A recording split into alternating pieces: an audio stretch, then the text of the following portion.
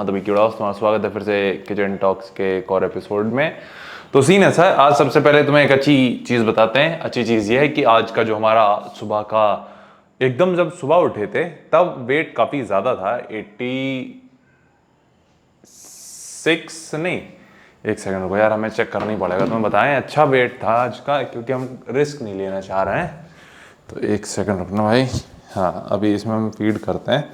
तो आज का तुम्हारे मॉर्निंग का वेट बताएं तो वो था हमारा 87.2। ठीक, आई थिंक ये हमने क्लिप में भी बोला है, हमें याद नहीं आ रहा हमने कितना था एग्जैक्ट।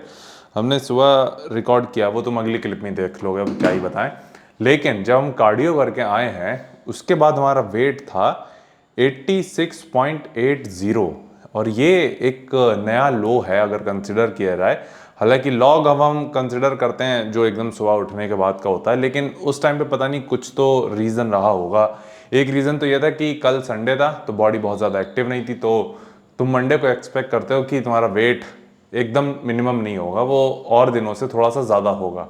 फॉर ऑब्वियस रीज़न कि तुम्हारी एक्टिविटी लेवल कम रहता है, और एक्टिविटी लेवल में हमारा सिर्फ ट्रेनिंग वाला पार्ट था, तो वो चीज़ है। बाकी एक सवाल लेना है, सवाल तुम्हारा ये था कि फैट लॉस में कौन कौन से फूड सोर्सेज अवॉइड करने चाहिए या फिर ये सारी चीज़ें। तो सवाल को और थोड़ा सा जनरलाइज वे में लिया जाए कि क्या खाने से फैट लॉस होगा, या फिर क्या खाने से वेट गेन होगा, क्या खा सकते हैं जिससे फैट लॉस हो जाए, या फिर क्या एग्जैक्ट चीज़ बता दो जो खा लें जिससे वेट गेन हो जाए। तो ये सवाल बड़ा, हमने बताया था ना, ये उन सवालों में से एक सवाल है जिसका ना सर होता है ना पैर होता है। क्योंकि खाने को तो तुम साला कहते ना कि जहर की भी कैलोरीज अगर तुम्हारी डाइट प्लान में आ जाए तो तुम उसको इंक्लूड कर लो, पर आगे जिंदा रहना ज़रूरी है इसलिए उसको नहीं करते, ठीक है। लेकिन वापस आते हैं मुद्दे पे, तो तुम कुछ भी खा सकते हो अनटिल और अनलेस तुम अपनी कैलोरीज के बैरियर को ब्रेक नहीं कर रहे हो। और थोड़ा सिंप्लीफाई करें तो अगर तुम्हारी कैलोरीज में वो बैठ रहा है तो उसको तुम ऐड कर सकते हो। और यहाँ जब कैलोरीज में बैठने का मतलब ये नहीं है कि तुम पिज़्ज़ा बर्गर भी खा लो। जब तुम कैलोरीज की बात करते हो तो सबसे पहली प्रायोरिटी होती है तुम्हारे मैक्रोज का बैलेंस होना या फिर तुम्हारे गोल के अकॉर्डिंग होना। सपोज अगर मान के चलो, अगर हमारा अभी का देखा जाए तो हम तुम्हें बता रहे थे कि कैलोरीज हमें कैलकुलेट करनी है, तो वो करीब 2100 के आसपास हैं।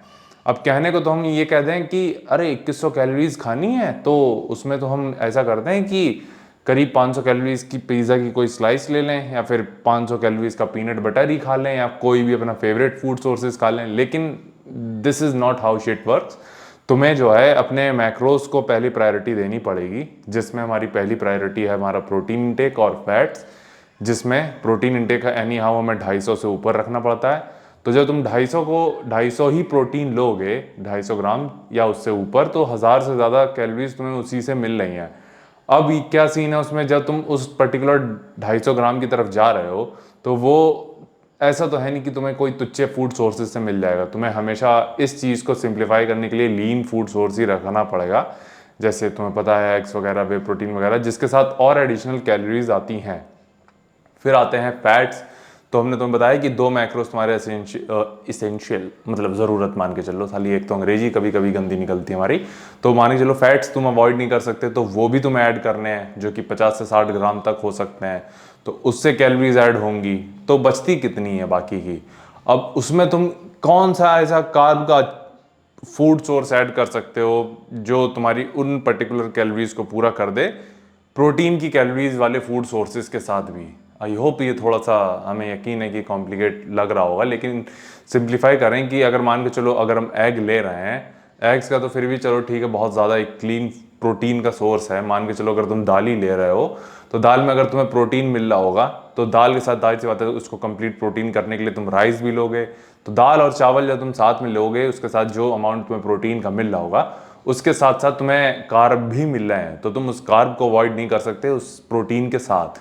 तो कहना हम ये चाह रहे हैं कि जब तुम इन सब चीज़ों को कंसिडर करने लगते हो कि तुम्हें पहली प्रायोरिटी मैक्रोज को देनी है, तुम्हारा प्रोटीन और फैट्स, फिर उसके बाद तुम कार्ब के साथ खेलते हो अपने गोल के अकॉर्डिंग, तब ये फ्रीडम बहुत ज़्यादा कम बच जाती है प्रेप में।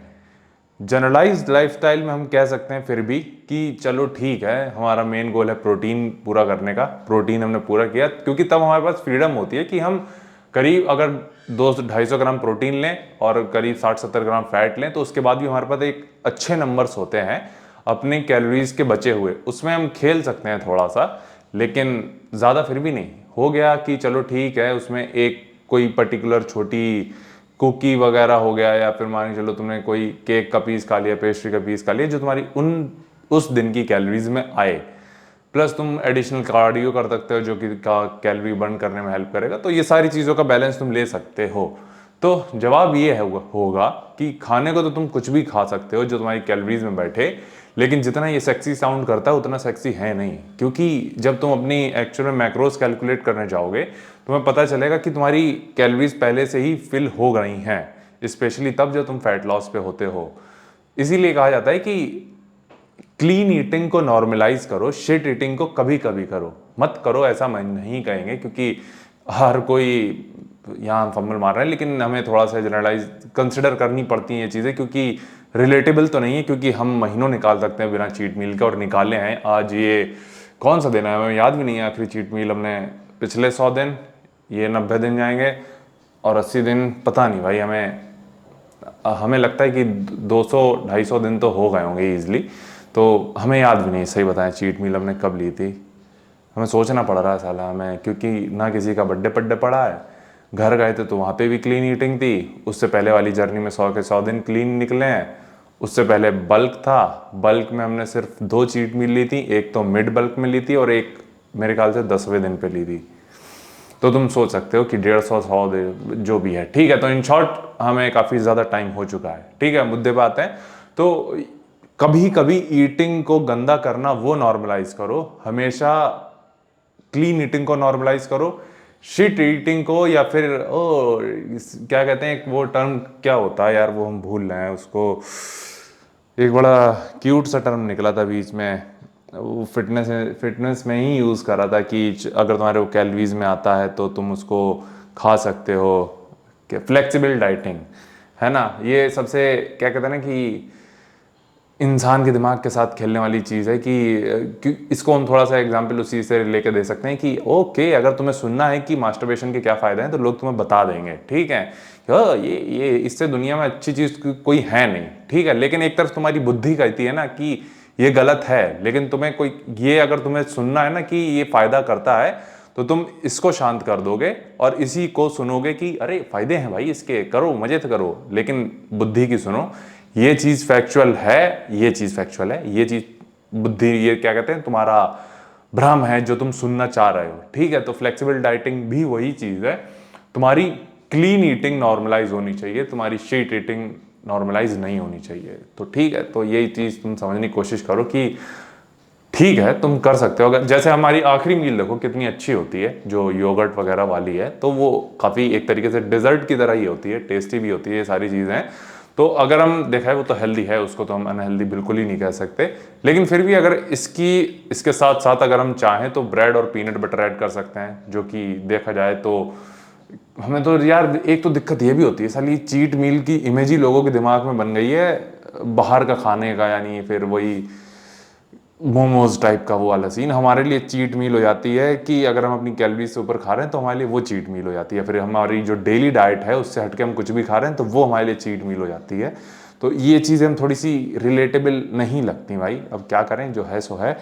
पर हम तुम्हें समझाने की कोशिश ये कर रहे हैं कि ठीक है, पहले तो चीज़ें सस्टेनेबल रखो, फिर कभी कभी तुम्हारा अगर चीट करने का मन करता है तो उस तरफ जाओ। वापस उस मुद्दे पे आते हैं, भटक गए हम, कि तुम कुछ भी खाओ तो पहले क्लीन ईटिंग रखो, और कोई भी एक स्पेसिफिक चीज़ नहीं है जो खाने से तुम्हारा वेट गेन होगा या फिर वेट लॉस होगा। तुम्हें एनी हाउ सारे मैक्रोज बैलेंस रखने पड़ते हैं। ये सवाल उसी को लेके काफ़ी हद तक कंसिडर किया जाता है कि क्या खा सकते हैं क्या नहीं खा सकते वाला सीन, कि हम ये खा सकते हैं कि नहीं खा सकते फैट लॉस में, वो खा सकते हैं कि नहीं खा सकते। तुम सब कुछ खा सकते हो, लेकिन वो तुम्हारी कैलोरीज में होना चाहिए।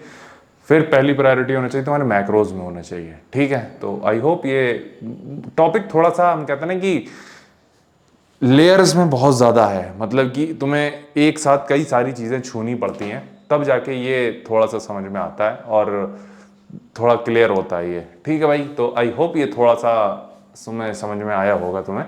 तो यहीं तक रखते हैं पंचायत। बाकी आज पंप तो अच्छा आ रहा है, वर्कआउट भी अच्छे हो रहे हैं, और उम्मीद तो है भाई सही जा रहे हैं। अभी 60 दिन के आसपास और हैं करीब, तो हम उसको लेके थोड़ा एक्साइटेड हैं। आज हमारे ख्याल से कौन सा दिन देख रहे होगे? आज एक तो दिक्कत ये भी थी कि आज हमें 22वां दिन अपलोड करना था, तो हमारे पास था ही नहीं। आज 29वां दिन तुम देख रहे होगे, तो अभी देखा जाए तो एग्जैक्ट एक 61 दिन है और उसको लेके और हमें कम काफ़ी ज़्यादा करना है, पर चलेगा, कोई दिक्कत नहीं है। पहले तुम देखोगे आज सुबह की क्लिप, फिर उसमें तुम्हें पता चल जाएगा कि एग्जैक्ट हमारा सुबह जस्ट उठने के बाद कितना वेट था। और फिर देखोगे तुम वर्कआउट वीडियो जिसमें शोल्डर डे, हमारा फेवरेट डे कह सकते हैं एक तरीके से। लेग्स के बाद, हाँ लेग्स अब हम करने मज़ा आता है इसलिए हम बोल रहे हैं ये चीज़। तो बस भाई पहले वो तुम देखोगे, दोनों चीज़ें देखोगे, फिर देख के बताना कैसा लगा। हाँ तो भाई तुम्हारा स्वागत है फिर से सुबह की चर्चा में। तो अभी तुम्हें वेट बता दें, आज का भी वेट था एम्प्टी स्टमक एकदम। अभी जो सुबह सुबह नाप के आए वो है 87.50। हमारी उम्मीद थी कि ज़्यादा होगा, पर हम सोच रहे थे कि शायद 87.20 या फिर 25 होगा। 250 ग्राम उससे ज़्यादा ही है। और इसका ज़्यादा होने का एक रीज़न ये होता है मंडे को स्पेशली, क्योंकि संडे को कुछ ज़्यादा एक्टिविटी होती नहीं है सिवाय स्टेप्स पूरे करने के। तो ये एक बड़ा रीज़न होता है कि तुम मंडे को अपना वेट थोड़ा सा ज़्यादा एक्सपेक्ट करते हो, और वो होता ही है। और आज हमारी दुल्हन सच के आ जाएगी, मतलब हमारी बाइक, वो हमें लेने जानी है अभी 9:30 बजे, तो वो चीज़ भी है। तो बस भाई यही तुम्हें पंचायत करनी थी, बाकी तुमसे मिलते जिम में।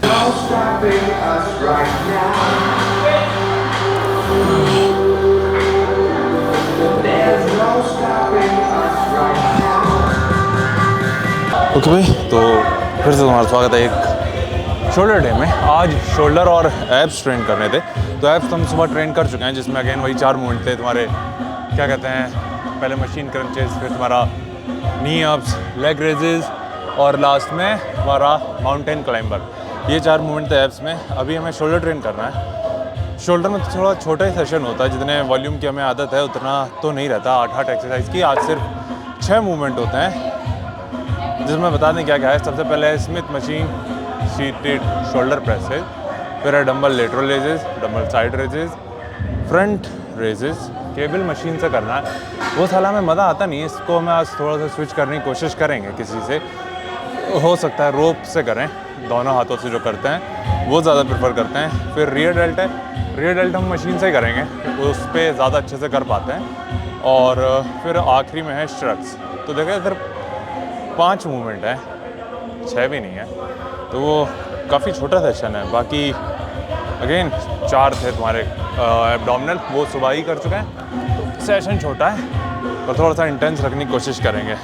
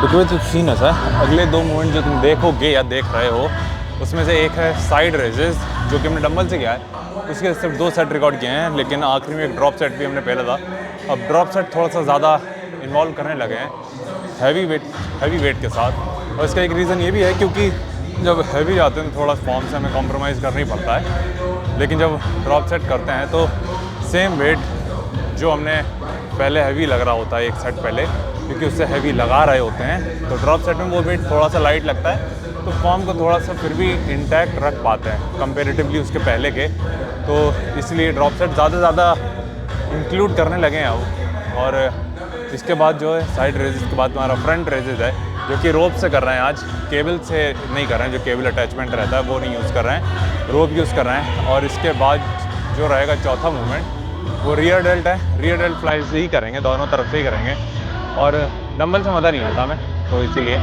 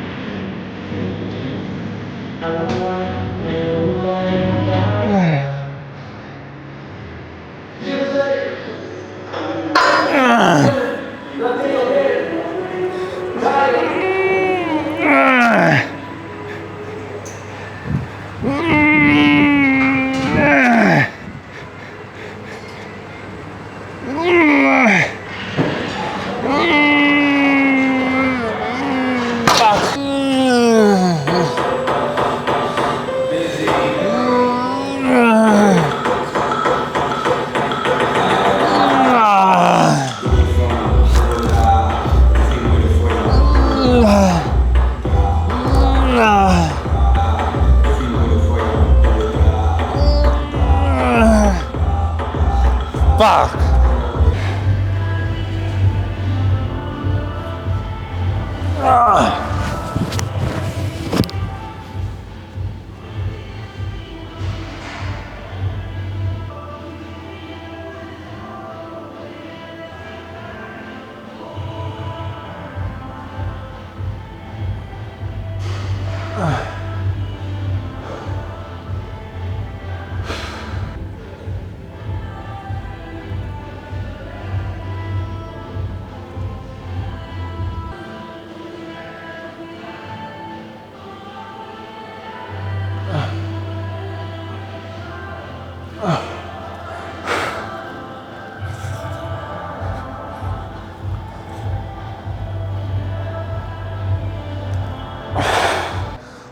हाँ, तो वही वर्कआउट ही देखता।